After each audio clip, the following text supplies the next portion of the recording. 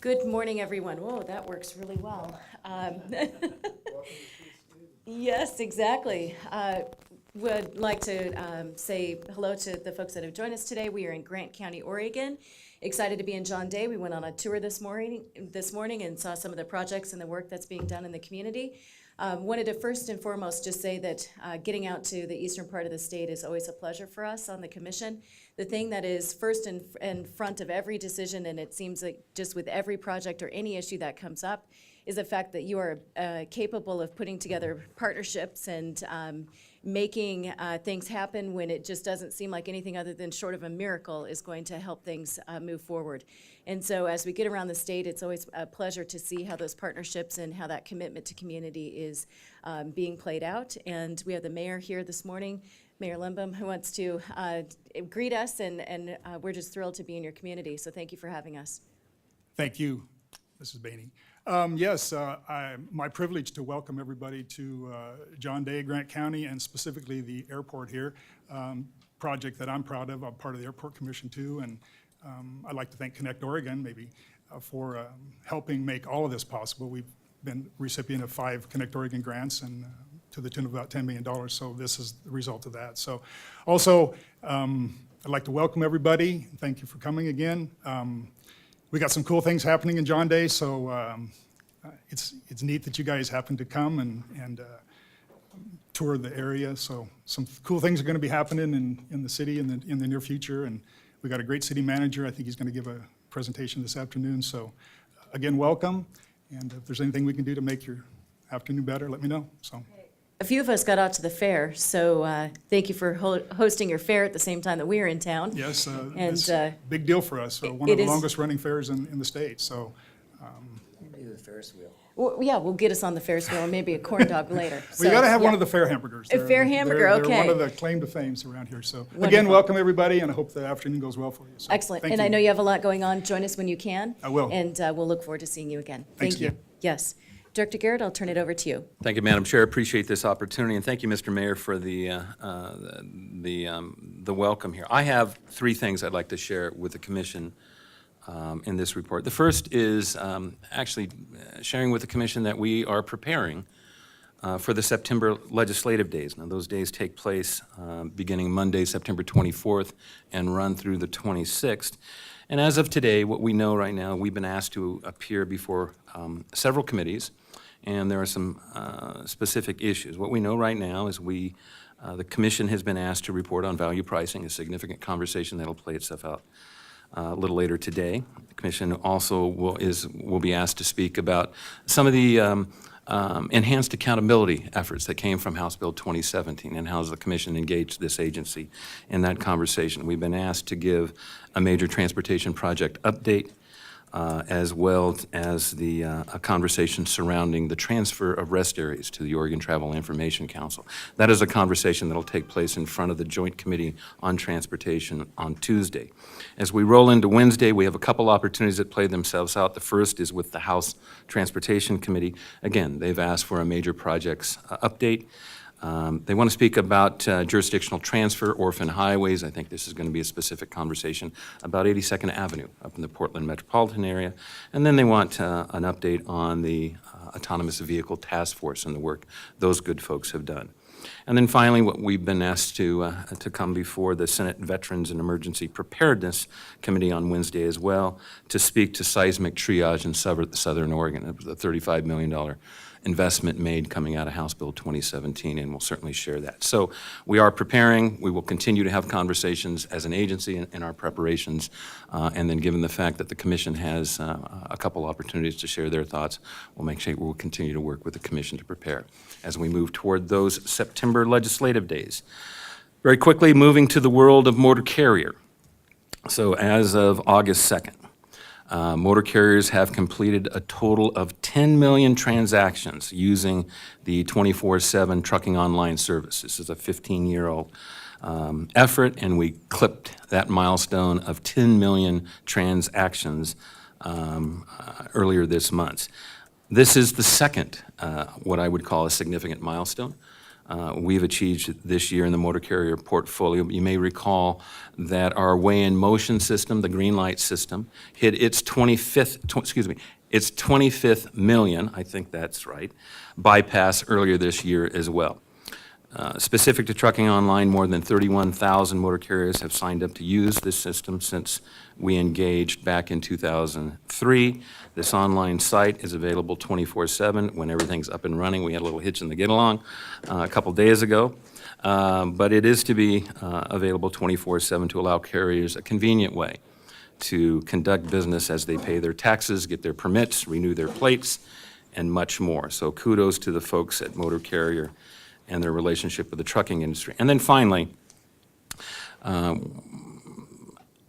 6th Annual Oregon Coastal Caucus Economic Summit convenes next week, and I have the privilege of being on a transportation carbon reduction panel that is moderated by State Representative Catty McEwen. It's an august group, save me, but an august group that includes Senator Cliff Bent, Senator Michael Dembro, Coos County Commissioner Melissa Cribben, and DEQ Director Richard Whitman. My comments, so you know, are based on another conversation that'll play itself out a little later today, the statewide transportation strategy, that vision that this commission and this agency and our sister agencies have been engaged on and working on since about the 2010 timeframe. As I said, we'll have a conversation about the adoption of the STS into our Oregon Transportation Plan a little bit later.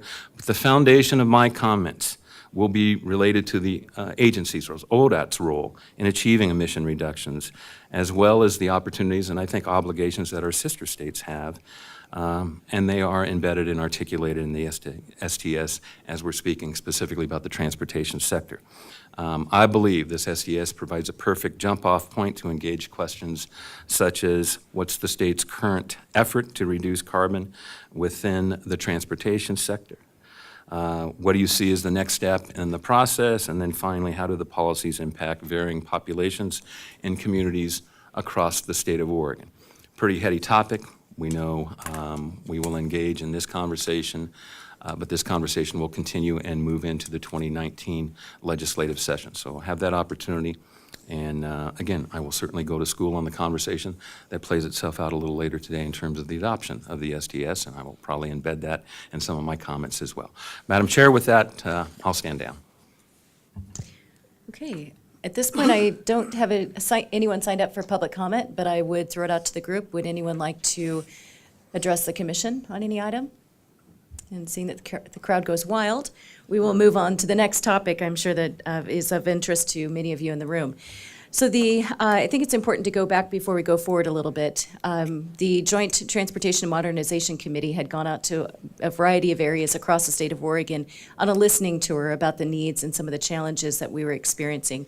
And the governor also had put together under Governor Kitzhaber and then also led by Governor Brown, the visioning panel that also went around the state of Oregon listening to communities about what the challenges were.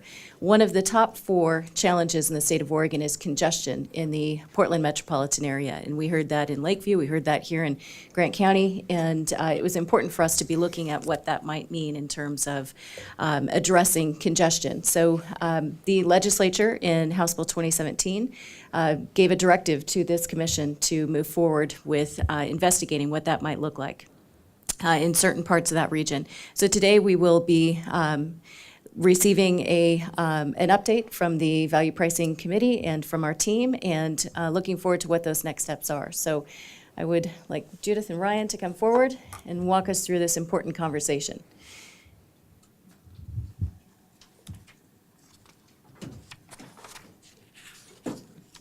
And I also would like to take a moment and again thank my colleagues, Commissioner O'Halloran and Simpson, for their 49% and 51% share of leading that group toward a great set of recommendations and a very spirited dialogue. It is not easy to bring together that many individuals in a room talking about something such as value pricing and what that might mean. So kudos to you and thank you for taking on that leadership role. So would you like me to, Brian, would you like to take over the lead? Thank you, Chair Boehne. I'm Ryan Winsheimer. I'm the Odot Region 1 Manager. And we are very excited to be here today to, give you an update as to where we are on the pricing conversation. And I'd like to start by saying I appreciate the Chair's comments as in framing this up in terms of what the rest of the bill and what that means and the direction and really the objective of this, which is how are we going to manage congestion into the future? It's not being done sort of in a vacuum, but it's being done as part of a comprehensive approach, multimodal approach, and a lot of investment in other areas. And this is just one more tool as we continue to move this discussion forward. So thank you for that. I would, I guess, first like to just make sure you know who else is up here at the table with me. I've got Judith Gray. She's our value pricing project manager. She's been very engaged in leading the pack and making presentations to many of our partners and helping us solicit public comment and being very involved in directing that. And we also have David Ungama, who's with WSP. He's our tolling consultant, and he's brought a lot of very in-depth knowledge about tolling and how it works, and how it may be applied, and really helped lead some of our feasibility analysis as to helping us get to where we got today. So moving forward, I also would like to look back just a little bit and saying it has been about a year since you directed us to convene the PAC and to come back to you with their information. It's hard to believe we've been at this for a year. It's gone fast. It's been a lot of work in a very short time. We've come to you a couple of times here with some updates, and we are now seeking your direction in terms of our application to FHWA. And I'd also like to thank Commissioners O'Halloran and Simpson for leading that PAC effort and really helping get us to this point that we are now prepared to move forward. Just as a reminder, as you move to accept the PAC's recommendation and their report, I just wanted to let you know as well and just remind everyone who's watching today or here participating, this has been a very engaged public comment and public engagement effort. Your meeting in July, we had 55 participants. It was over a 4-hour meeting. And that was just the very end of what has been a very long effort that's included with a 15-page summary report that you got of public comments, but 200 pages of comments that we've received online through emails and other things as we have been engaging the community out there. So today we're going to be asking for 2 separate actions. One is to direct us to move forward with our application. And that is really trying to help us work with FHWA in framing our I-5 and I-205 projects and what we'd like to bring back this application in November and really seek some final approval of that. So this is not a final action. This is really giving us the direction to move forward with our application. And the second action we'd like today is direction in moving forward to begin developing an approach and scope for the system-wide look at pricing, and you're going to hear more about that from Judith. Just as a reminder, this is the initial direction that we are seeking. You are required to move forward with FHWA approval to implement value pricing by December 31st. This does not mean begin tolling. It's very important to keep reminding folks, this is not the end of the process. This is the very beginning. And this is our application is essentially asking FHWA concurrence that we've got the appropriate steps in place, that we've laid out a good process for analysis that will lead to approval some years here in the future. So today, again, we've asking for 2 different actions to begin developing our application and then moving forward based on what we heard, very strong interest from PAC members, from the public, and from several of you in taking a broader system-wide approach to looking at planning and begin development of that and bring that back as well in November. The PAC recommendation, I'm going to move very quickly through this as you guys are very familiar with this, but was to have a project on I-5 and I-205 to start by advancing these 2 initial projects for some further study. I-5 area through the Rose Quarter and the I-205 section down by the George Abernathy Bridge, really as a tool for providing construction funds for the construction of that bridge and the additional lanes. The hash marks, again, identify that we do not know the exact end of the termini of these projects, and that will be, again, analyzed as we move forward. Our approach will be to go into greater detail as to how ODOT and FHWA will study and analyze this approach and the mitigation priorities for further study.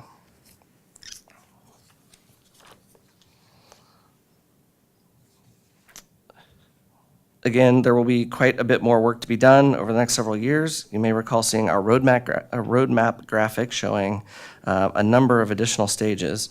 Our application will be seeking FHWA concurrence on the processes and the requirements for moving forward. It will help identify process components, estimated timelines, and costs. We want to balance the desire for a streamlined process, which we are hearing folks would like us to move very quickly, but making sure that we have strong analysis, public input, coordination, and that we're making sure we're addressing any impacts that we may encounter. As we begin these steps, we will be looking for, and this is following sort of the FHWA concurrence. Once they give us the direction as to what our next steps are, these are the kinds of things that we'll be studying in more analysis.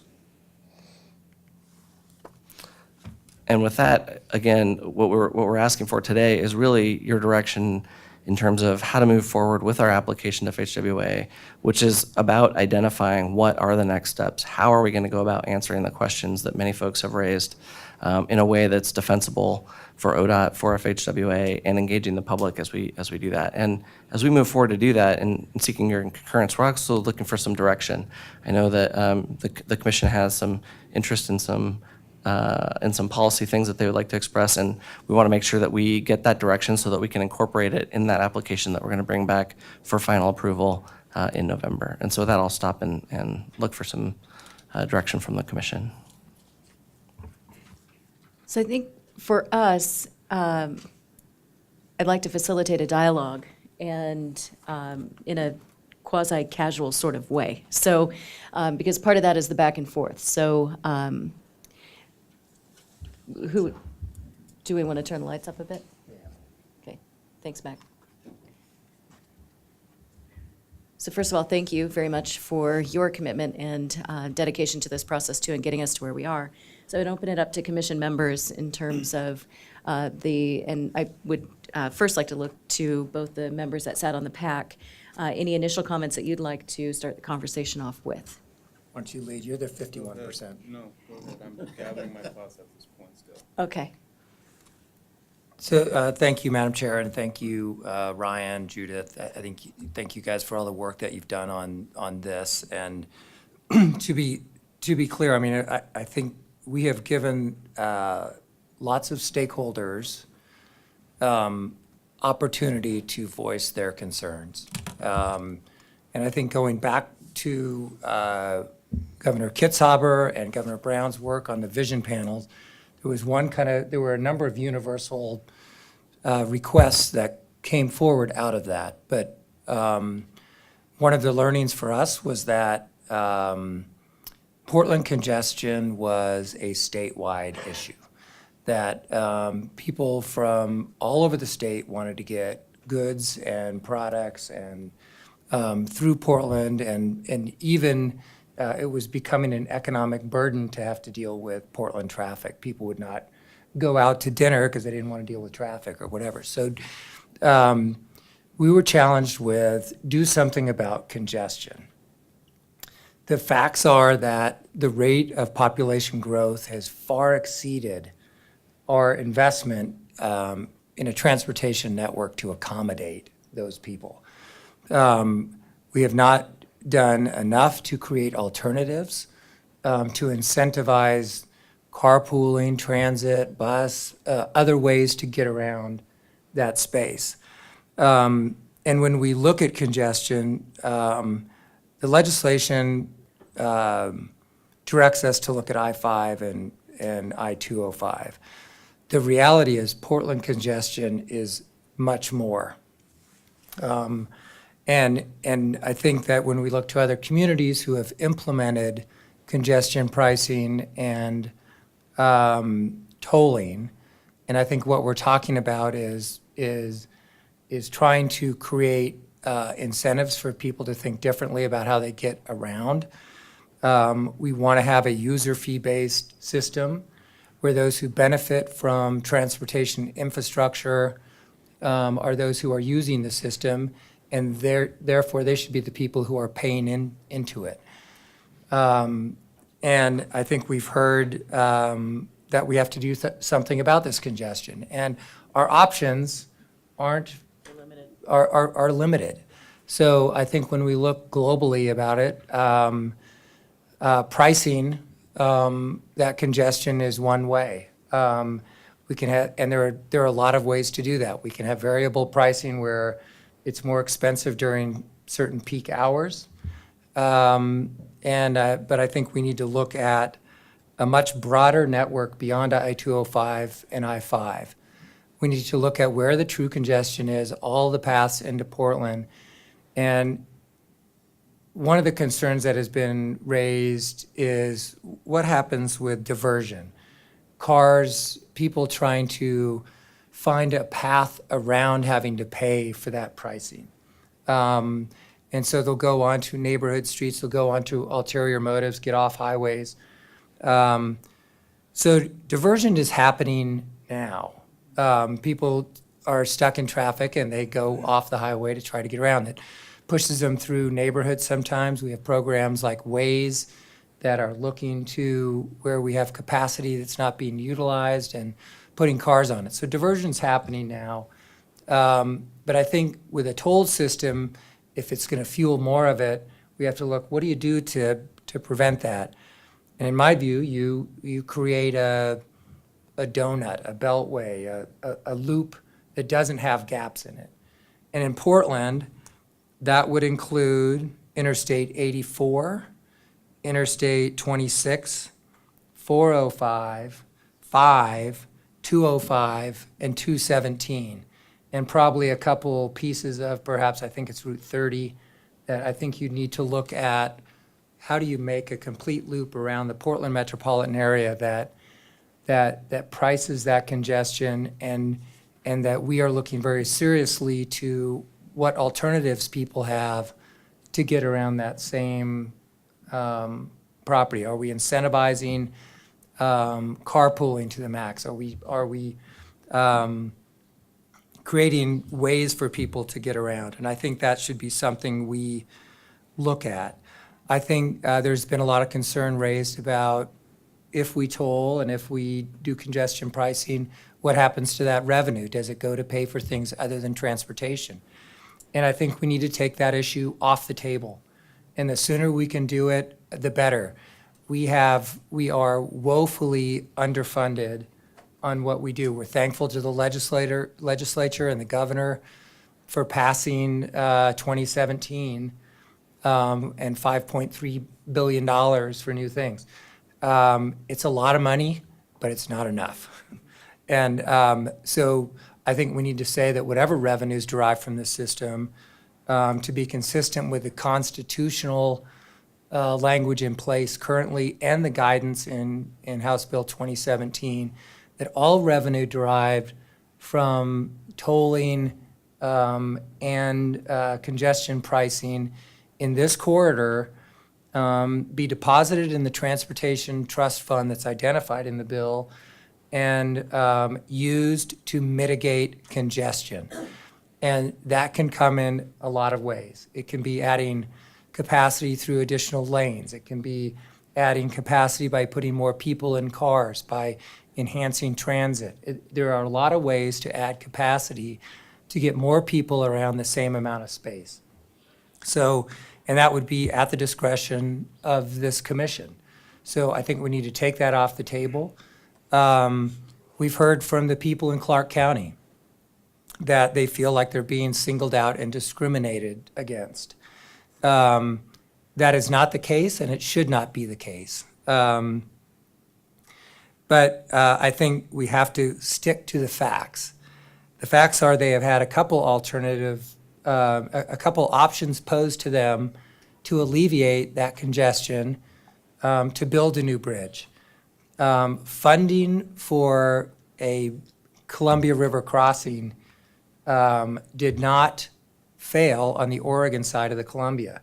It was not supported in Washington. That is a fact. There's nothing kind of touchy-feely about it. That is the fact. So we don't have a new bridge because we didn't get all the funding pieces put together to support it. So they played a role in that.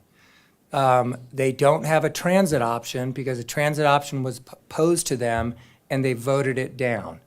So that is a fact. So they should not be singled out, but they are not victims in this discussion. They are active members of our community. The reality is that transportation infrastructure is very expensive. The historic way of using fuel taxes to fund it are inadequate as vehicles have become more efficient. The only people who are truly paying for their cost of infrastructure is trucking through weight distance. And so I think we should look at, hey, how should they be treated in this tolling conversation? And what should freight corridors look like?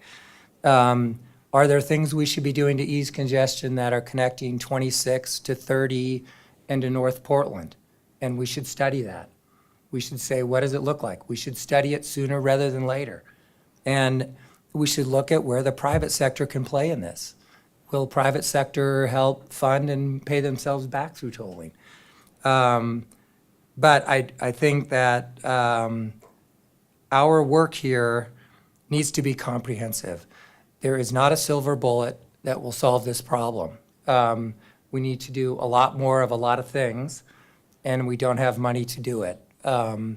Therefore, I think we need to capture this money and look at what we can do, build a more comprehensive plan that is honest where it's treating all the congestion equally, and creating options for people to get around, and incentives for them to work and commute differently. And I think that's kind of been a summation of my learnings in this process. Our best example of how this effectively works is Puget Sound. It's Washington State. They have implemented in Seattle congestion pricing and tolling. They have added capacity, they've added options for people. So it's really, it would seem fairly discriminatory toward us to say, you guys can't do what we have done in Washington State, and what we've done successfully in Washington State. They are our best example of best practices. We want to learn from them how it works.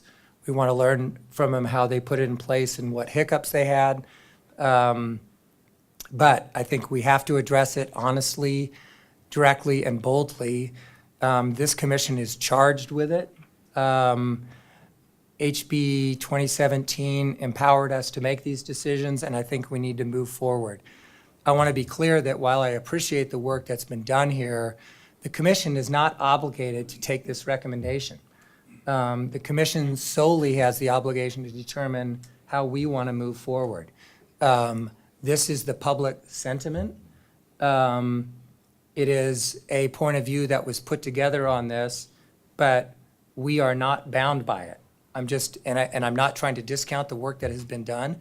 I'm trying to clarify the language that is in the legislation. So we did not need to do this. I think it's very, very important that we heard a broad segment of public opinion on this. We heard from neighbors in communities that would potentially be impacted. We heard from different industries. We really heard from a lot of people and a lot of different voices. I don't think there's a system or a plan we can put in place that will solve all their concerns or address all of them. And I think what we want to do is eyes wide open and try to minimize the unintended consequences that will result from us implementing congestion pricing. And with that, I'll stop my monologue, but do just want to say that I've learned a lot from this. I'm greatly appreciative of those who've put a lot of time and effort into it to get us a a truly honest perspective of the problem and what people's concerns are. Some of them selfish, some of them big thinking, and it's interesting, we had a handful of fairly young people come and speak forward, more millennials, and I'm not generalizing, but I would say that, yeah, we have to do this. And that, and really somewhat supportive of us moving forward with it. So I think we have an opportunity at hand, and I think if the commission doesn't act, it will be defined by others in ways that will put a system in place that isn't really what we want. So I think we need to act and act soon. I think we should take a number of issues off the table via resolution. We should instruct DOT to move forward, crafting language on a number of things. I think first and foremost should be that revenue derived from any congestion or tolling would be placed in a trust fund that would be used to mitigate congestion at the discretion of the commission.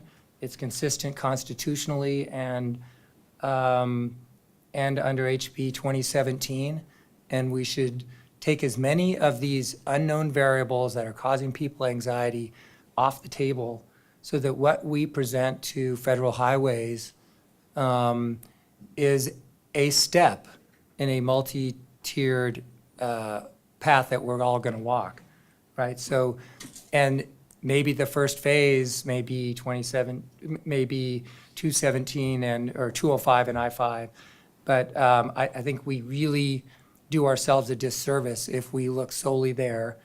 And I think we run the risk of it being derailed by it being lopsided. I think we need to be comprehensive, and I think we need to move forward on getting the information and the impact on a comprehensive proposal sooner rather than later. And I'll stand down. Thank you for letting me share my point of view. Excellent. Thank you very much. I think you're going to have a lot of concurrence. Commissioner Simpson, please. Thank you. I obviously second all of Sean's comments, and I think they're very important for this conversation going forward because he's being very honest and very blunt and very explicit about the current state that we're in and how do we move forward out of that situation and these circumstances.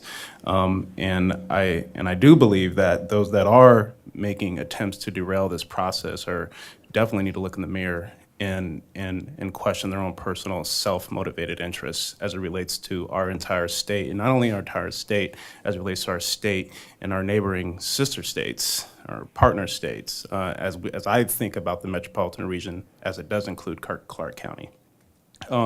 But this process was definitely informative, enlightening, or inspiring, and encouraging the fact that so many people were able to roll up their sleeves and come to the table with different interests to find a unified consensus on what would be a practical solution moving forward as it relates to our highest pressing needs as a state, which is congestion in the metropolitan region.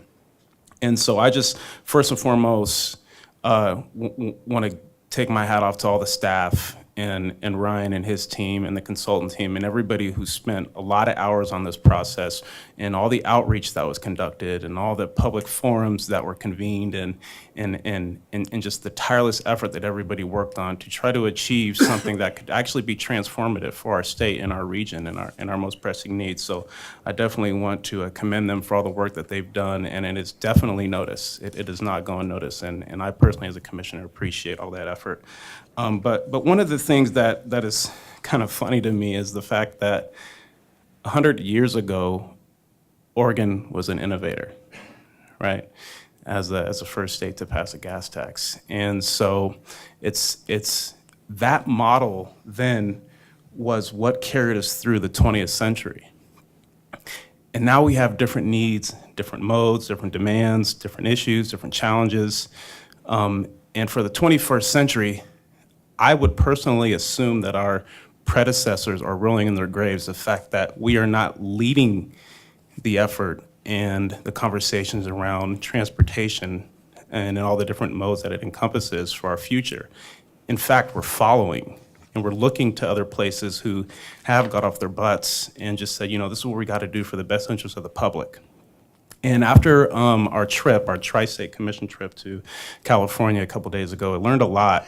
And the fact that these other places, Washington, California, are leading the effort around congestion pricing and other modes of, and other concepts around funding and moving people, goods, services, products through, and other modes of transportation, I feel like we're kind of doing ourselves a disservice, the fact that we are behind the curve. And we're playing catch up now. And what are we going to do about it? And so the legislature obviously has taken note. And with House Bill 2017, it has enabled us to finally get to a place where we can start having these realistic conversations about our future. And so that is something that I think we have to definitely focus on really heavily going forward, because today we have no idea what the demand and needs will be next week, or next month, or even for that fact tomorrow, because some new technology may pop up.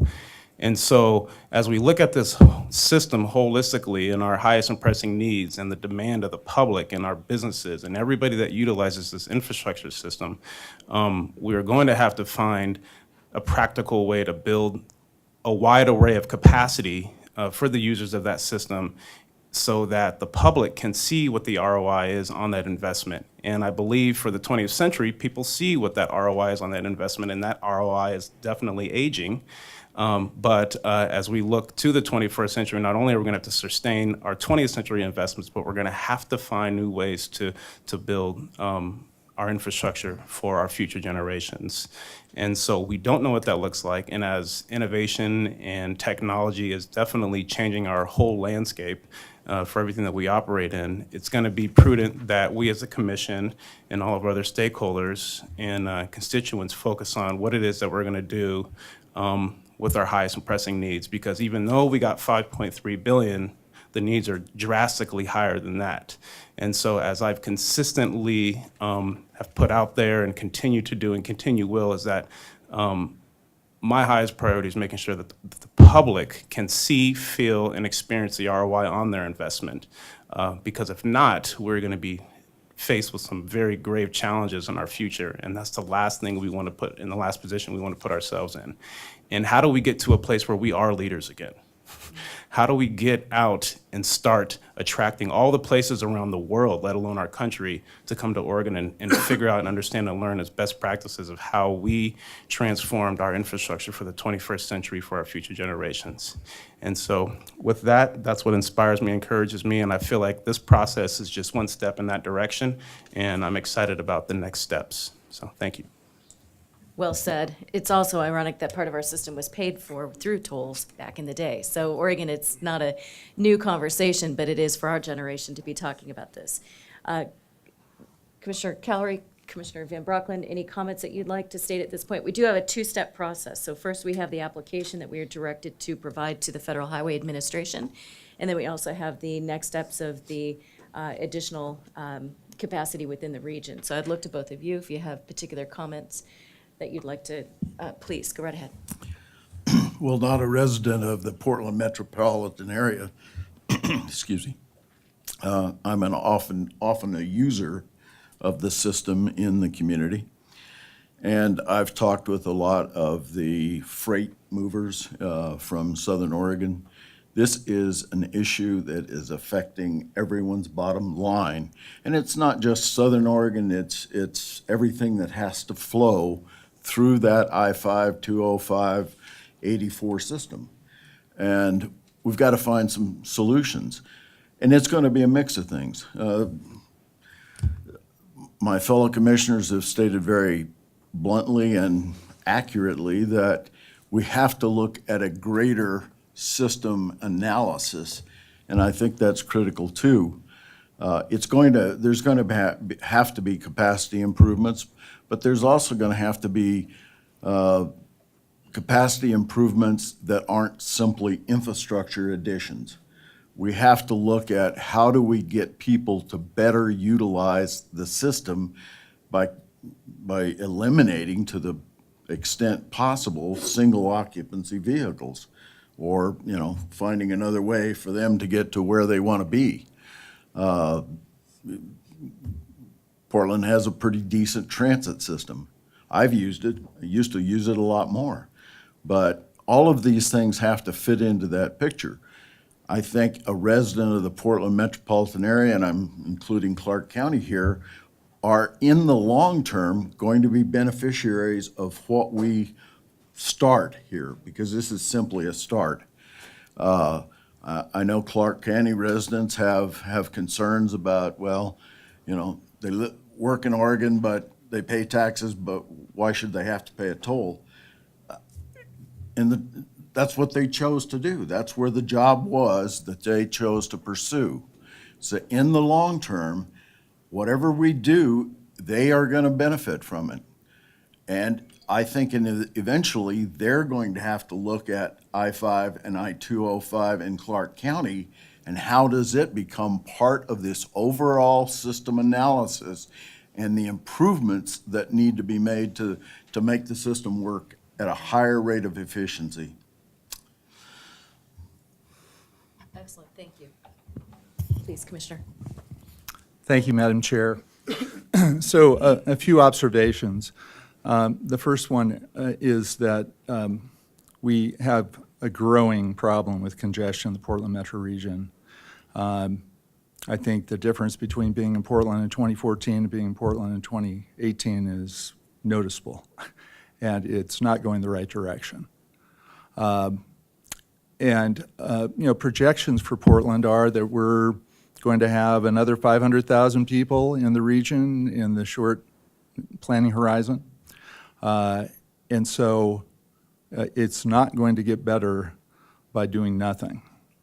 And I want to compliment the legislature and the governor for recognizing that in passing HB 2017, which mandates the Transportation Commission to establish a congestion pricing program.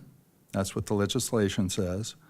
And specifically to submit for approval to FHWA congestion pricing concepts on the I-205 segment and on the I-5 segment from, the language in the bill is from where those two interstates intersect to the Washington border.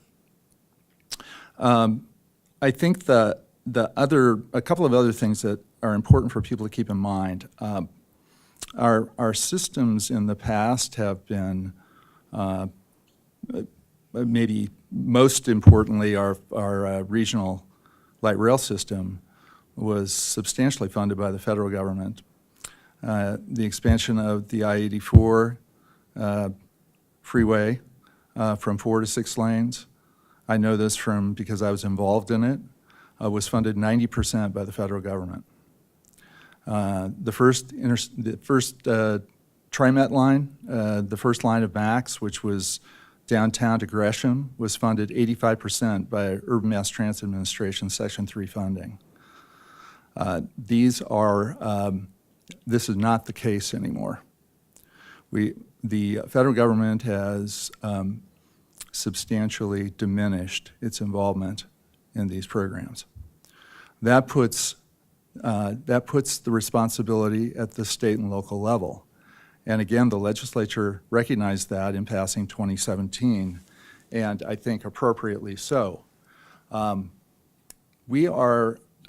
bill, $5.3 billion is a lot of money.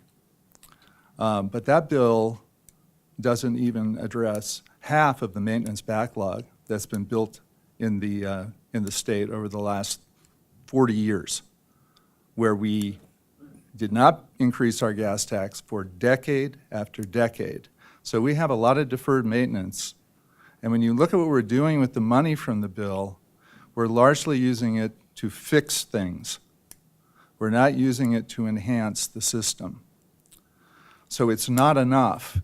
I know everyone says, I'm paying more in gas tax, it's $5.3 billion, can't you solve everything with it? Here's the honest truth, no. Federal government is not a partner as it has been. We're on our own to a much larger extent than we have been. And $5.3 billion doesn't even deal with the maintenance issues we face today. In fact, it doesn't even deal with 50% of the maintenance issues we face today. So we need more money in the system to maintain it than we have, and we need to invest in other programs. Thus, we need more revenue. And it's not coming from elsewhere. We're going to have to raise it. The alternative is it's going to get worse. It's potentially going to get a lot worse in the metro area. And why everyone in the state should be concerned about that is exactly what Commissioner Callery said, which is this affects everybody in the state, because if you can't get goods to market and you can't get through the Portland metro area, that's a problem. And it's a statewide problem, which is why the legislature is trying to address it, and it's why we're trying to address it. I think that the last thing I'd like to say is, when we look at what we're facing, and several commissioners, starting with Commissioner O'Halloran, have mentioned this, we're going to have to think creatively, and we're going to have to think in a multimodal way about this, because it's a complex metropolitan area, and it's getting more complicated every day. And there are lots of needs. There are a lot of people who live in Portland that don't own cars, so cars aren't an option for them. They can't afford Uber and Lyft. We have to recognize that population and help serve it. We have to, so there are equity issues. There are these diversion issues which we need to try and get our arms around and try and address as best we can. And there are a number of other issues that have been raised in the process, which Commissioners O'Halloran and Simpson led. But I think we need to remain committed to the multimodal model and build a system that relies on transit, relies on creative solutions to how we use the lanes we have, HOV, HOT, a range of things, in order to address congestion.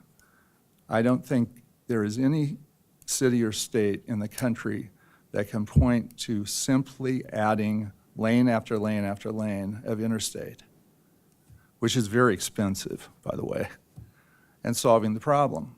I mean, look at Seattle. Seattle is much worse than Portland is, and they have a lot more runway. They have a lot more concrete on the ground, and they have terrible congestion. We were just in San Francisco this week. The commission was. They have a lot of pavement in the Bay Area, and they're congested. So we have a little bit of a head start because we at least built the light rail system. But we're going to have to do a lot more, and it's going to have to be multimodal in nature. So I think as we get into the remainder of this discussion, I think we need to be not only a leader in terms of how we deal with the revenue side, which is where it all starts, because you can't do anything without money. This is a money issue to begin with. But then how we use that money. And I'll close by saying, and this will put my lawyer hat on here, we are prohibited by the Oregon Constitution from using any tolling money on anything other than the highway system. We can't spend it on transit. We can't spend it on anything else. We are limited by the state constitution. So if people are out there running around saying we're going to use it to build homeless shelters in Portland, or we're going to use it for methadone maintenance clinics, or we're going to use it, we're going to throw it away on things that don't solve congestion, we can't. It's unconstitutional. So with that, I just, I'm ready to turn to I have some specific questions, and I'll go in whatever order you want us to go in. Thank you. And I would underscore this constitutional restriction, it also isn't the right thing to do. So I think that our commission is committed to making sure that we are addressing a problem, not creating more problems on the backs of those that are paying for the system. I would submit that, I'm encouraged with the continued dialogue with our partners in Washington State. And I think that this is going to be something, I'm certain that they're sharing some of the challenges that we have. How do we make sure that we don't disadvantage community members that are coming into our state and working? How do we make sure that we are honoring our partnerships that we've had in the past? And so I continue to be encouraged by that dialogue, although it is spirited, and I share some of their concerns. We have the same analysis that we need to do in making sure that we don't disadvantage those that are using the system for their own economic prosperity. And so I appreciate the comments of all of my colleagues. As you can tell, we are passionate about this issue and wanting to do the right thing.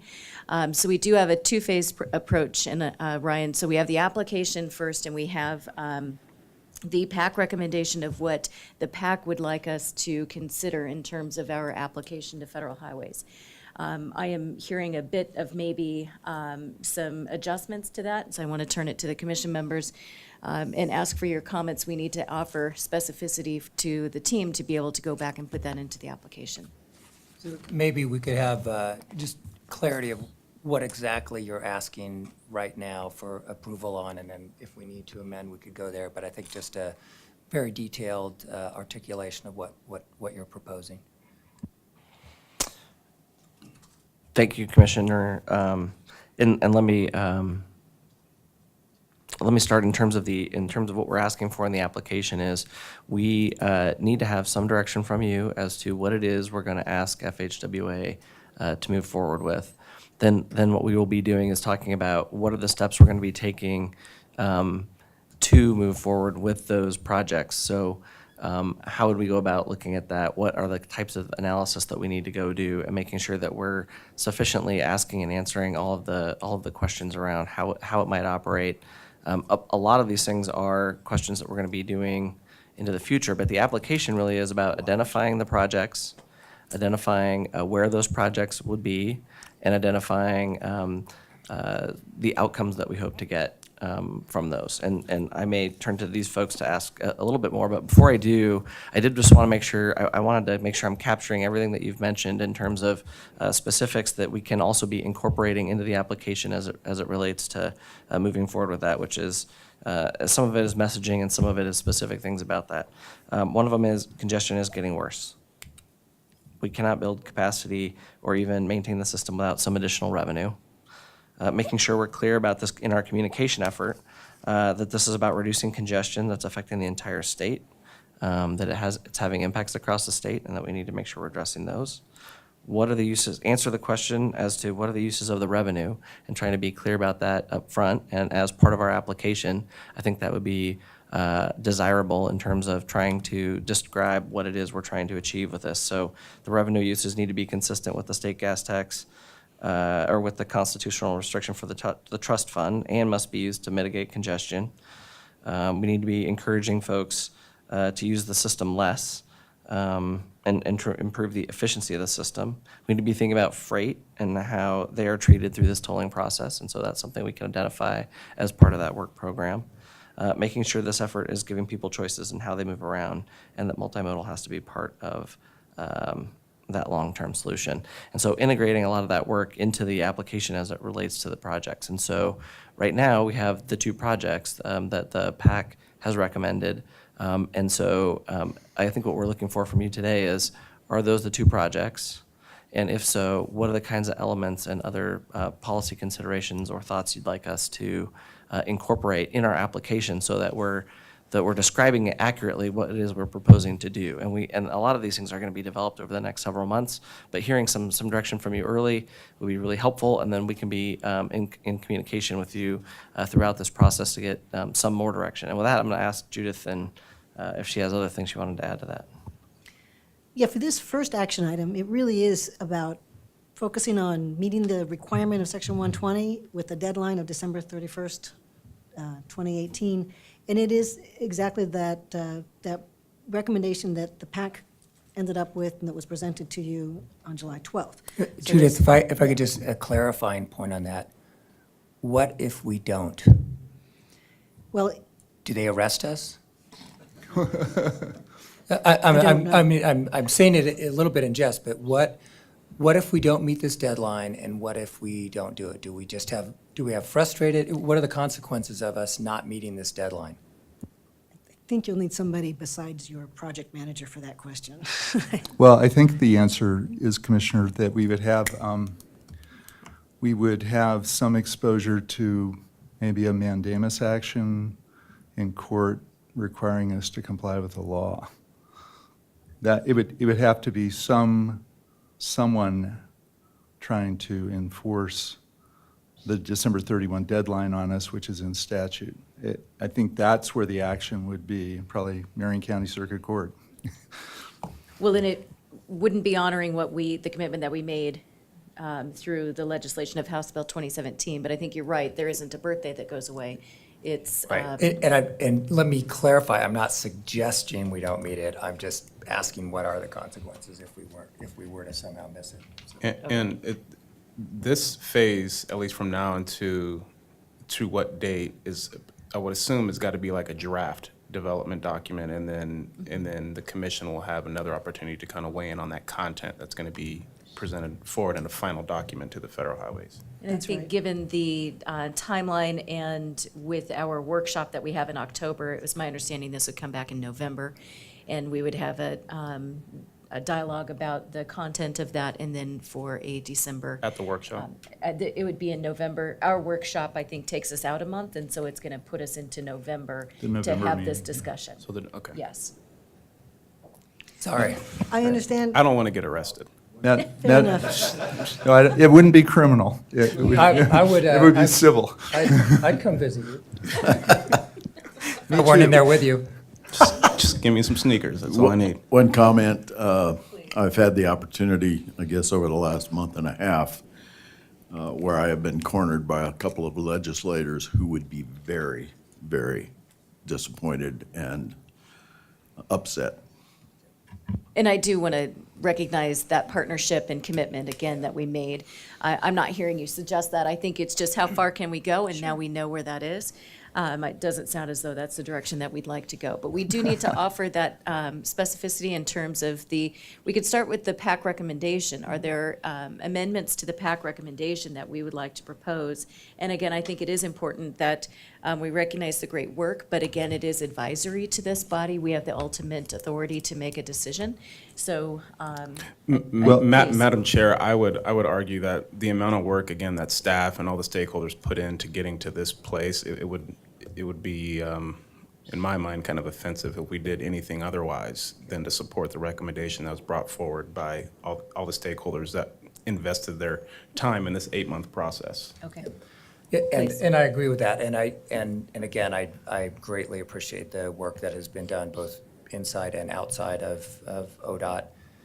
And Madam Chair, so we do have the legislative mandate, and we have to, and we're on a timeline, on a ticking clock to have a proposal. I would suggest that we move forward with the recommendation, but that concurrently we develop a comprehensive plan. The timing for implementation of tolling on those corridors is still something that we have flexibility on.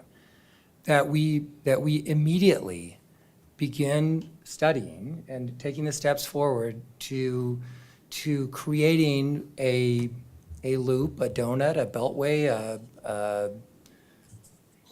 a cordon around the Portland metropolitan area, and that we look at this comprehensively about what imposing congestion pricing on that entire corridor would look like.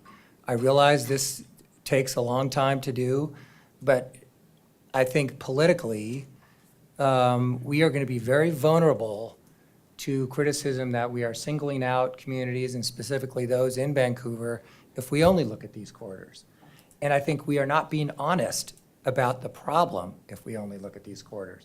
So I think we immediately need to look at creating a seamless loop around Portland area, Fruit Loop, whatever you want to call it, the donut, the beltway. Are we getting hungry? Yeah, but it's, but I mean, yeah, we need to draw that loop, and it needs to, I think anyone who travels 217 on a daily basis, or is on 405, or is on 84 on the Banfield, or on 26, none of these people are going to say that congestion only happens on 205 and 5. It's just, it's a farce. The congestion on 26 backs up to Hillsborough from 405. So it is a problem all over, and we need to address it all over. And the sooner we accept that and get working on what it's going to look like, studying it, doing the feasibility, the environmental impact, the whatever, the better we're going to be. And I think there's been people who've said, hey, I don't represent that corridor and that you guys are being instructed to look at, therefore it's not a big deal. But I think we should move forward with this, but as a component of a more comprehensive integral system that creates a seamless loop around the Portland metropolitan area. And Commissioner, just quickly, that is our proposed next step. That's the Okay. thing that we're going to be talking about directly after this. And I think you've spoiled probably 80% of Judith's potential presentation now. I drove 6 hours. But I just want you to know, we have heard this loud and clear. We have heard this from the PAC itself. We've heard it from the commission, and we do have a proposal in terms of how to move that forward, because we understand that while moving forward with this action, if that's what the commission chooses to do in these two projects, that there is a larger comprehensive system and that we need to make sure it's integrated and that we need to be looking at the broader picture. And we have a proposal to talk with you about immediately following this action. Okay, thank you. So I'm sorry to get ahead of your skis here, but I also, I think that what we talked about on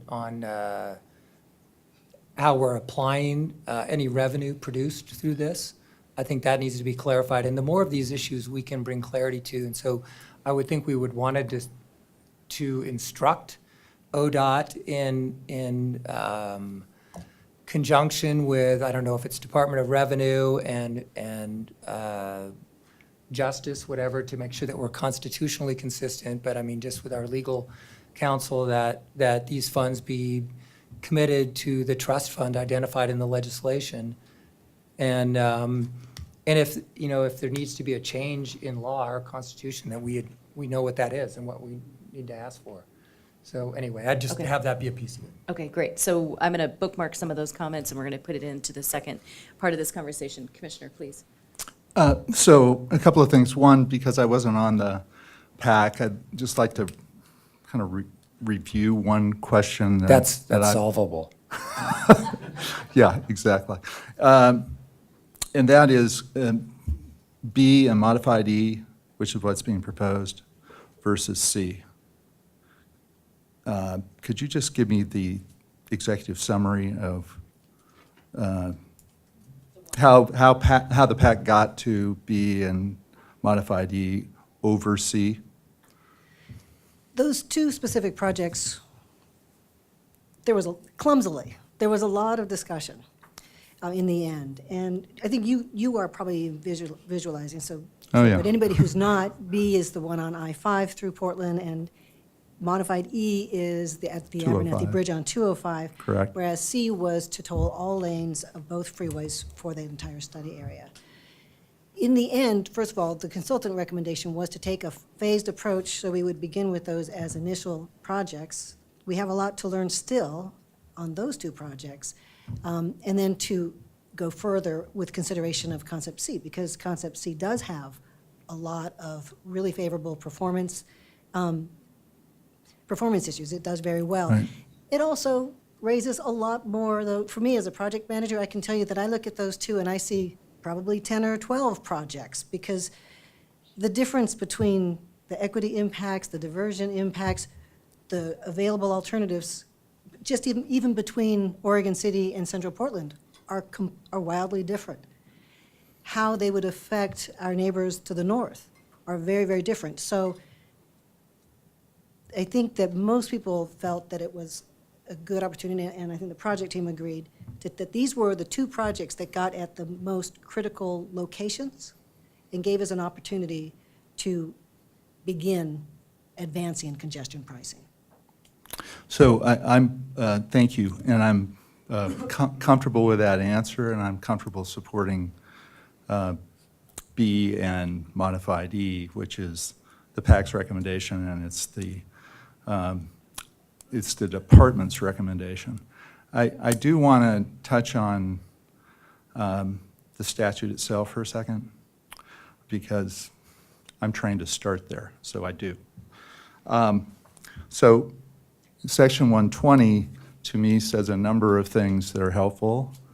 One, with respect to Commissioner O'Halloran's last comment, which I completely agree with, that it is and I'm sure everyone here who's looked at it agrees with, I hope, is that it's a regional problem. It involves all of these major arteries, these interstate segments, and that we have to do a comprehensive look at the region for a number of reasons.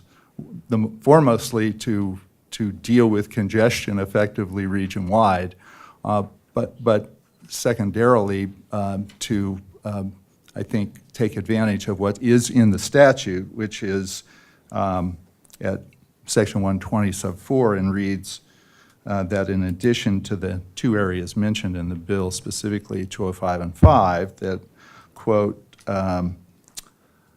the commission may implement value pricing in other areas of this state. So it doesn't even limit us to the region. I mean, if there were an issue in Eugene or Medford or somewhere else, the commission could impose it outside the Portland metro area. Specifically, though, with respect to the recommendation for B and modified E, the language in the bill says that we have three things to do: seek approval, receive FHWA approval, seek approval, receive approval, implement. And when you get to the implementation phase, at section 3 of 120, the language is the commission shall implement value pricing in the following locations: on Interstate 5, beginning at the Washington state line and ending where it intersects with Interstate 5 in Oregon. And with respect to Interstate 5, it says on Interstate 5 beginning at the Washington state line and ending where it intersects with Interstate 205. That is essentially, apart from whether we do one or more lanes, that is essentially that entire U that was on your slide. We are segmenting that, and I think we can make an argument we have discretion to do that. However, I think in our motion today, and I've written one, that we should add a reference with respect to the global look, which is the second part, that we specifically reference including those segments of 205 and 5 not addressed in this first phase. And the reason I think we should call them out specifically is because the statute talks about the state line to the intersection of I-5 and I-205. Could you make an argument that you don't need them? Sure. Is it better to have them? I think so. So it's just an add-on at the end, and as I say, I wrote it last night because what I don't want to have happen is someone to argue who might be concerned about congestion pricing that we have not met the statutory mandate. It is a mandate. I think we should be able to point to it specifically in the motion, and I think that it's important that our minutes on this subject are bulletproof. Very good, and I appreciate that being noted. Please, Travis. Commissioner Van Broek, the members of the commission, for the record, Travis Brower. Ryan asked me to be close in case any questions came up that went to the legislative intent and underlying statute. It's a great question because it's one we had ourselves when the bill first came out. And so we asked the Oregon Department of Justice to look at just that question. Was the commission required to implement congestion pricing from the river to the juncture of the two highways? Of course, the advice that came back said the commission has authority to do so under the existing statute, ORS 383, that was in existence before HB 2017, and under HB 2017. But their review of the statute and the underlying legislative record, and they spent a lot of time listening to hearings, listening to floor debates, et cetera, indicated that legislative intent was to require that the commission implement tolling within those two corridors, not necessarily the entirety of the two corridors. But I totally agree with your suggestion in the sense that the statute does say those two corridors. Yeah, and the reason I mention it is because the argument would be this: is the statute ambiguous? Because if it's not ambiguous, you don't get to the legislative history. And believe me, I've been through this hundreds of times in cases. I don't want to be arguing that we can't get to legislative intent because there's no ambiguity in the statute and we have to do the whole thing. It's a minor clarification with, I think, important implications in terms of communicating and in terms of just making sure that we have a motion that says we are going to look at those other sections. So I would just call it out at the end of this motion. As I say, I've written one, and I'm happy to circulate it to the commissioners by email so they can look at it. I think it's what we should do, in my view. And Commissioner, I appreciate you pointing that out, because I think as we talk about a communication plan to the public, there is a recognition that if we only were to look at these two segments, that we know enough now that we, in its entirety, will need to be addressed and analyzed. And so how we recognize that alongside this commitment of an application, I think also tells the general public that there is more to be had and more discussion to come. And that also is to our Washington partners as well. Yeah, and that last point I think is particularly important, and it's one of the reasons I think going with the proposal that the PAC developed and that you're recommending as well, the PAC is recommending, is that the Columbia River crossing is out there. I don't know quite where, but it's out there as an issue. And Senator Murray has said, let's, in her letter to us, let's keep open the dialogue about what that ought to look like. So that's another reason to call it out, that we can say to her, we actually, we did not go with C, which was her concern in her letter. But we have called it out as a segment we want to look at, because clearly it has potential implications for that bridge, and whether there's tolling on that bridge or not. And I'm not making any prejudgment about that. So at any rate, I don't want to belabor the point. I take what Travis has said in the Department of Justice. I'm sure did a lot of good work. I just don't want to have to us get slowed down, candidly, by some challenge to whether or not we complied with the statute. I want to say, I want to have the best motion we can have on it. So then I would ask, let's me put to as much on circulate that. Well, this? let's put as much of it on the record right now as we can, because I think what we need to do, we would be sending the team back to formulate what that application would actually state. And if you had this language to be able to include, clearly it would help us be ready for a motion in November. So instead of Want me routing to just read it? that would be great. If you don't mind, I think that's Sure. the best to get that out for discussion So right now, again, this too. is, I think, fairly minor surgery, but here's what I would suggest, something along these lines, and I'm not making the motion right now. In order to begin to establish a traffic congestion relief program, as we are mandated by the Oregon legislature to establish, I would move, when we get there, I move that the Oregon Transportation Commission direct ODOT to, 1, prepare an application for submission to the Federal Highway Administration requesting FHWA approval to implement congestion pricing on Interstate 5, with the first phase being between Northeast Going Street, Alberta Street, and Southwest Multnomah Boulevard, and on Interstate 205, on or near the Abernathy Bridge, and 2, not later than, and I picked a date, okay, and it could be the wrong date, you might roll your eyes, not later than January 31st, 2019, develop a scope of work for conducting a system-wide, it's a scope of work, for conducting a system-wide congestion feasibility analysis on the entire Portland Metropolitan area freeway system, and then this is the add-on, including those segments of I-5 and I-205 in the Portland region not included in the first phase. Certainly something I can support. Any comments or other suggested edits? And this, of course, will come back to us for further review. Just to Commissioner Van Brockland, so it doesn't limit us in scope to 205 and 5. I mean, it It's does. everything, but we're specifically calling those out. Okay.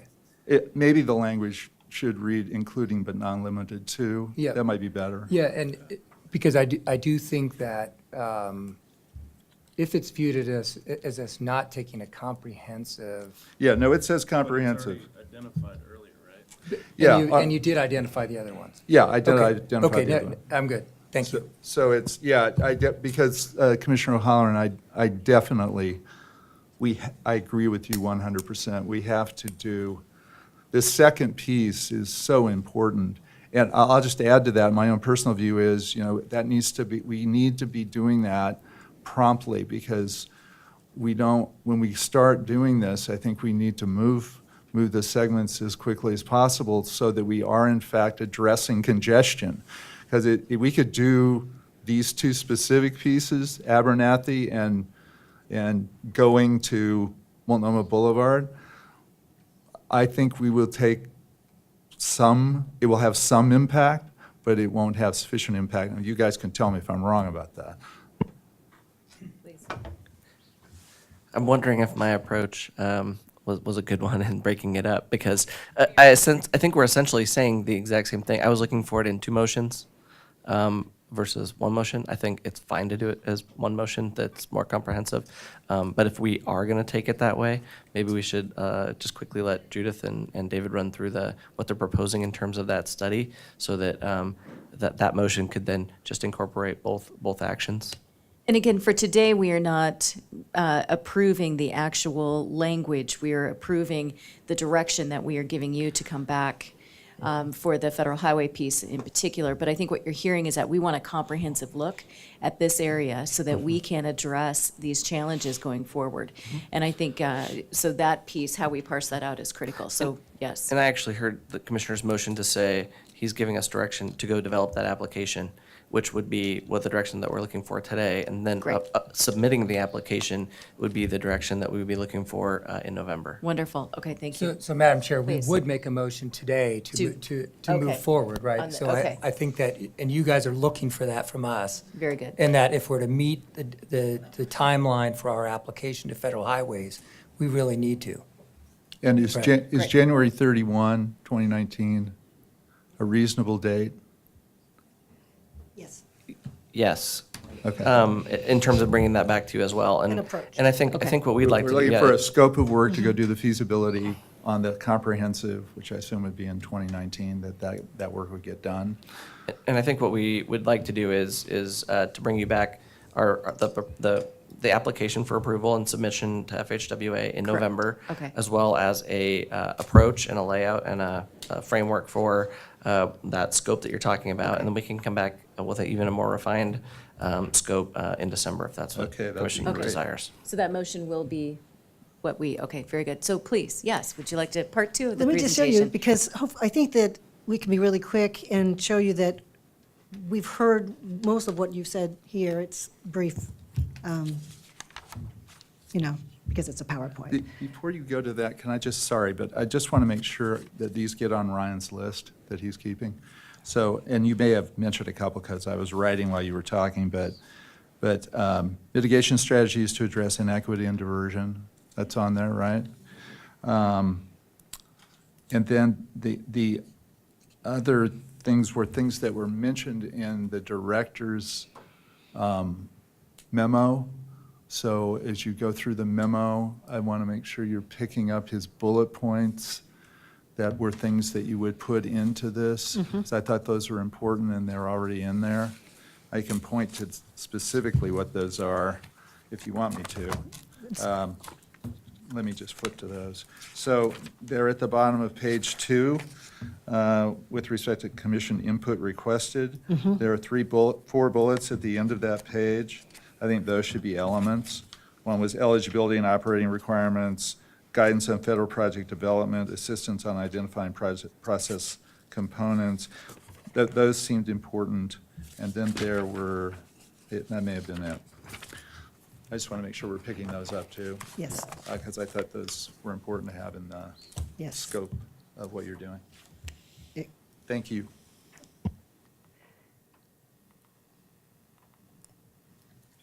The reason that we split them into 2 was just because we really wanted to make sure that we didn't leave this room without the direction to stay on track for that legislative mandate. But the 2 topics go together. And so I have only 3 slides to share with you, and I don't think I have to go into a lot, but simply the interest in a comprehensive system plan, not only for looking at the whole system, but also for looking at the future. Because the feasibility analysis was really very much at a nearer term. We looked at 20, 10 years out, kind of. So, but there was a lot of folks talked about we need to have a plan for how we are going to accommodate growth, and sometimes needing additional capacity in roadways and transit. So we've identified the regional freeway system, and I think that Commissioner O'Halloran's inclusion of Highway 30 or other systems makes sense. And as we go forward, working with partners, we may be doing integration with local streets as well, because I know the city of Portland is really interested in integrating.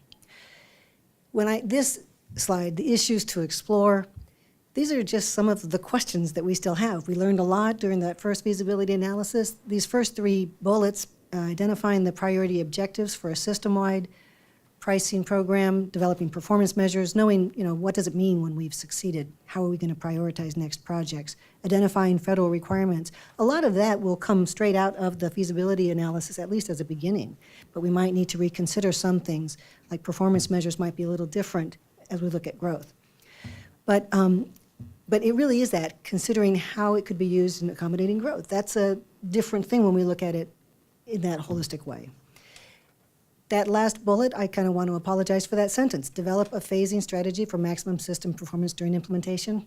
It's a very confusing sentence, and I realized that later. But what I was thinking about then was, as we're advancing the initial projects, and then thinking about how we can be learning from that as we're also planning for the future. Because we'll have a whole new, it's more complex, but we'll have a lot of good information while we're doing that. So we want to be thinking of it that way. So these are just some of the questions. You've raised others, and we've noted those, and that will help us. When I kind of outline out what I think that we would be including in a draft approach for you to consider later, it's first of all getting grounded in the policies and purpose of the framework. With this feasibility analysis, we had Section 120, which identified congestion pricing and we also had the charter. And so they were specific to managing congestion and funding bottlenecks. It may be a little bit different as we look about the future.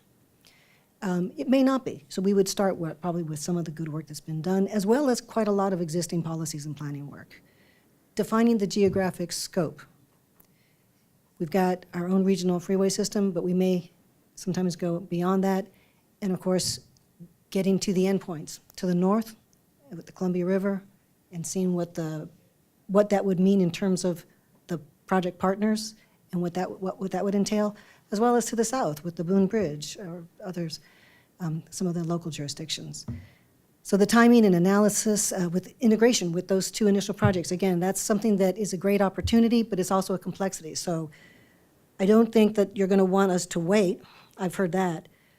So how can we move forward with both, but still integrate in or somehow dovetail those 2 processes while we're taking a much deeper level of analysis for the initial projects, trying to take a broad analysis for the whole system and get those 2 aligned.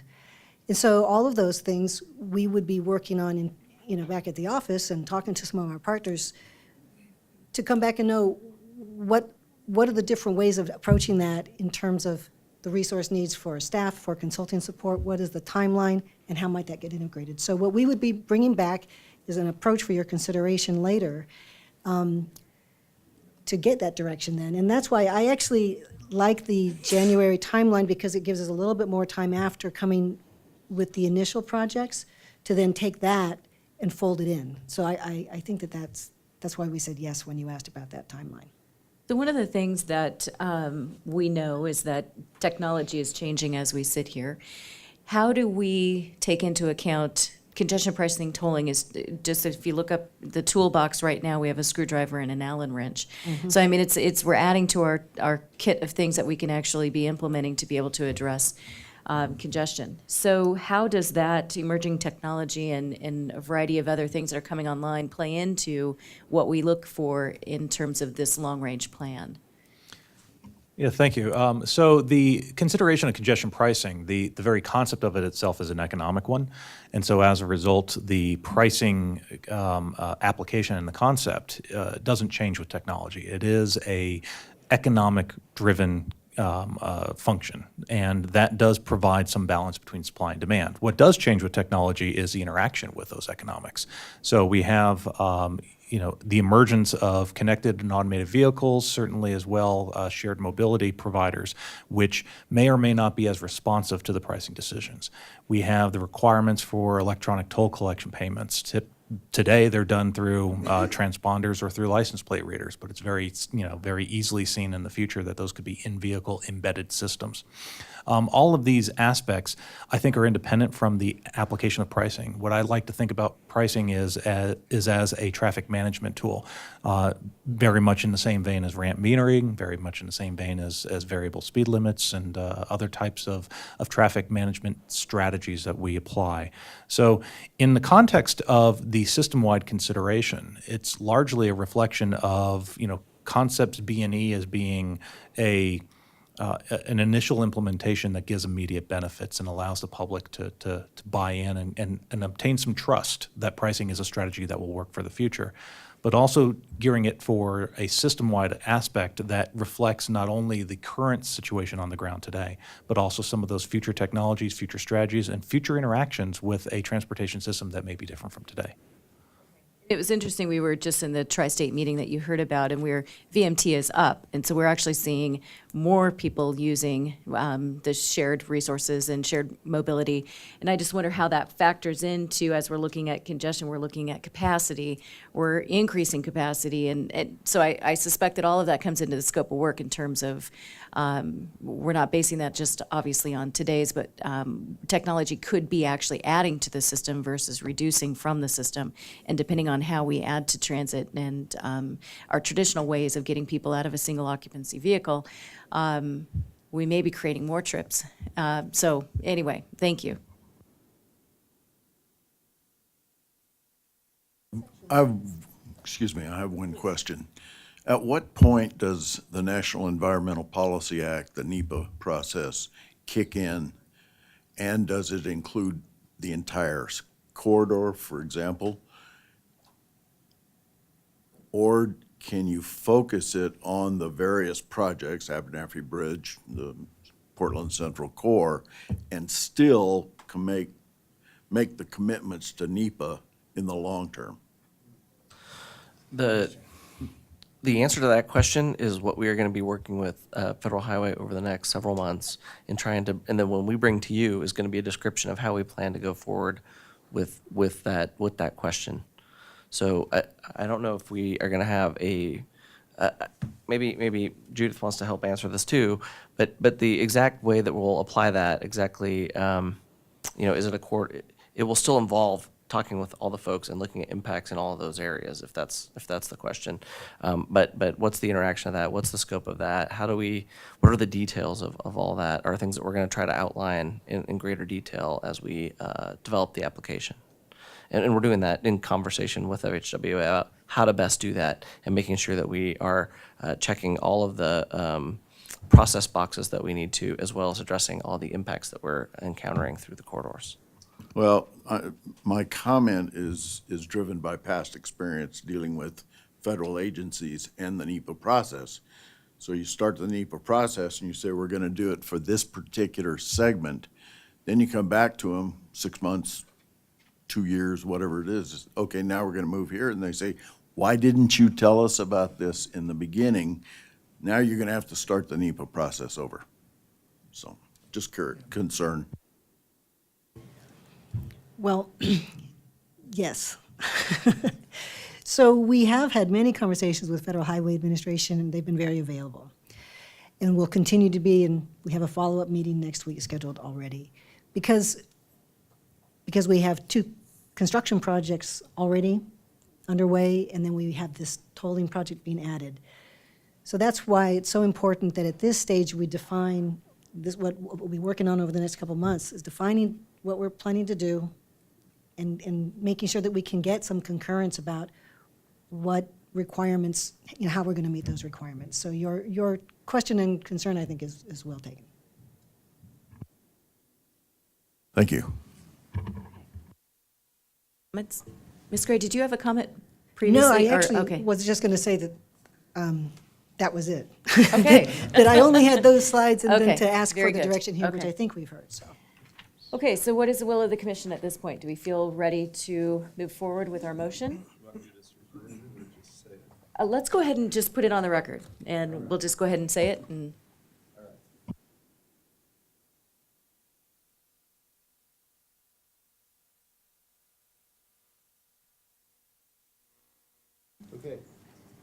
thank you very much. I know that you need to hit the road, and thank you for making the trip and for your partnership and the commitment of time, too. Thank you. Yeah, really appreciate it.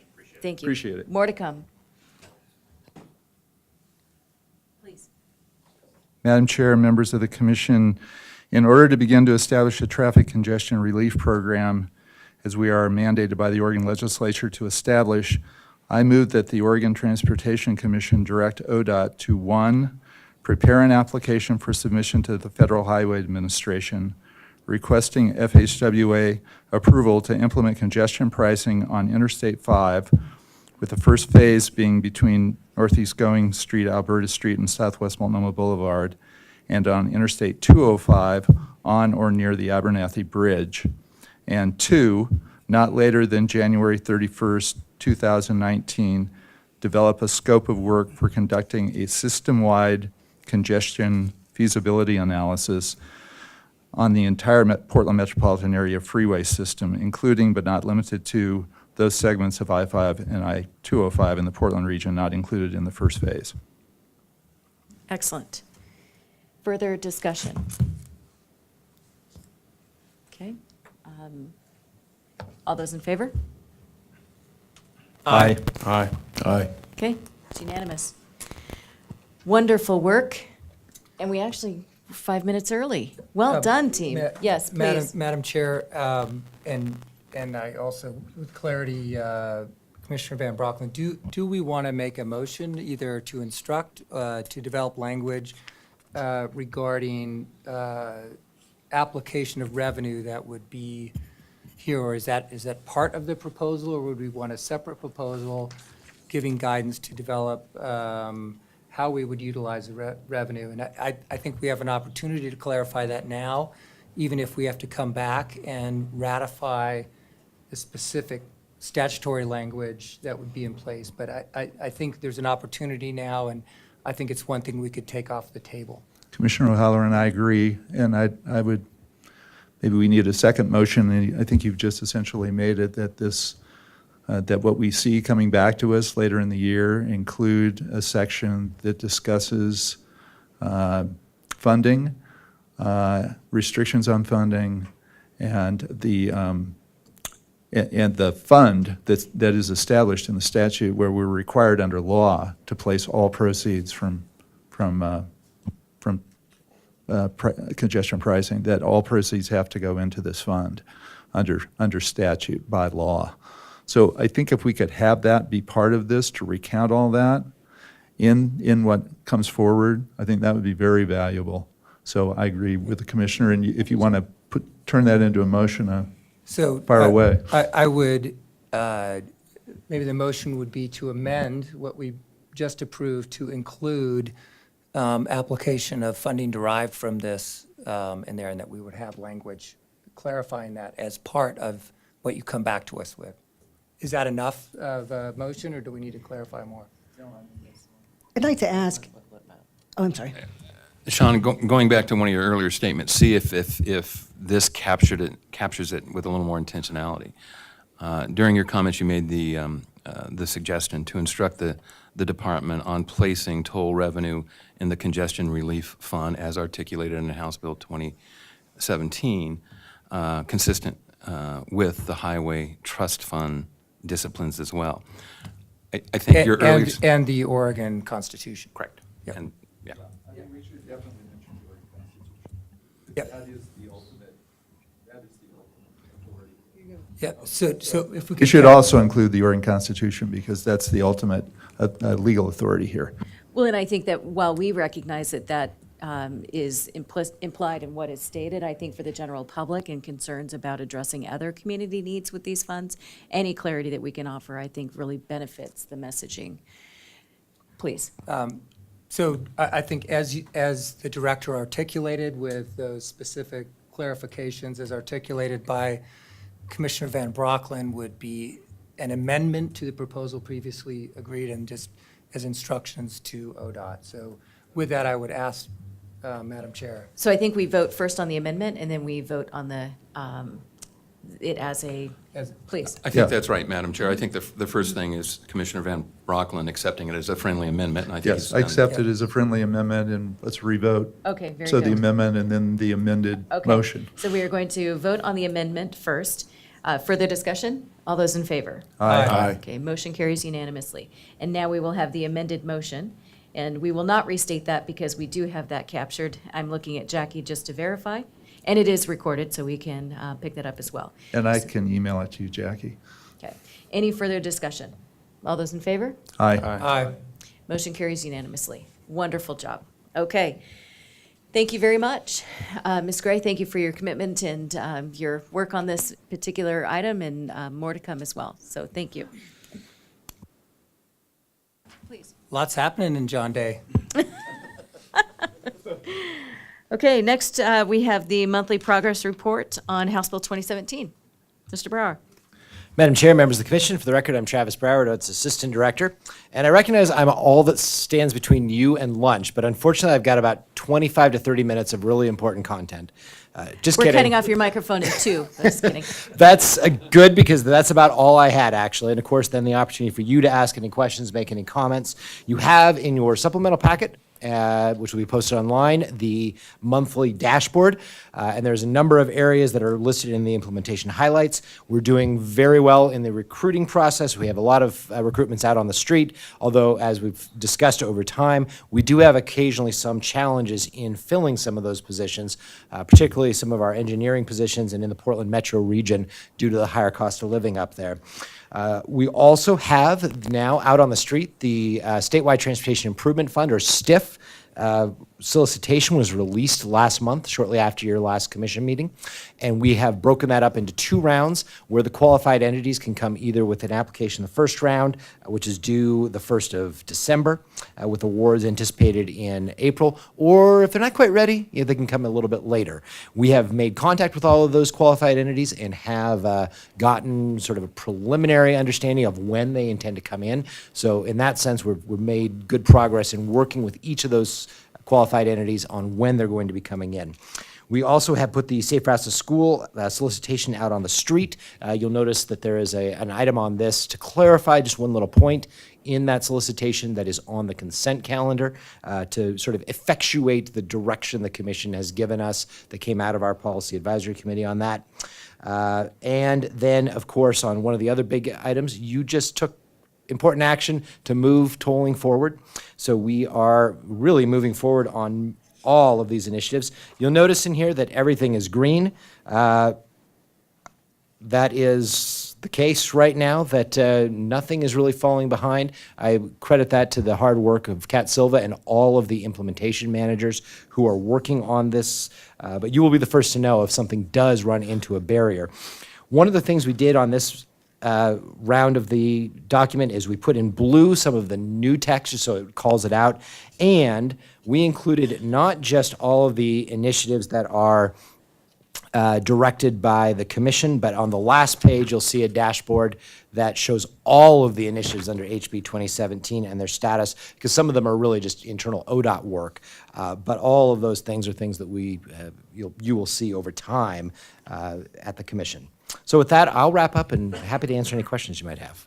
I did note that everything is green, and while everything looks rosy, I would encourage that if there are areas where maybe it would have been a little yellow or not quite as green, I would encourage that we lean in that direction so that the Commission is informed about the areas that are maybe a bit more challenging.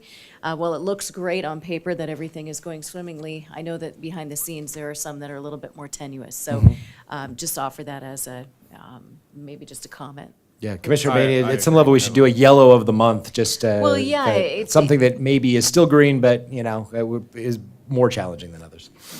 Yeah, I think that's vitally important. I mean, the things that are in the green are great as just quick updates. I think the things that are obviously in yellow and even potentially in red are things that we should spend more time on looking at in these types of forums. Great. Any other comments? Okay, we're going to recess for lunch. Thank you. Thank you.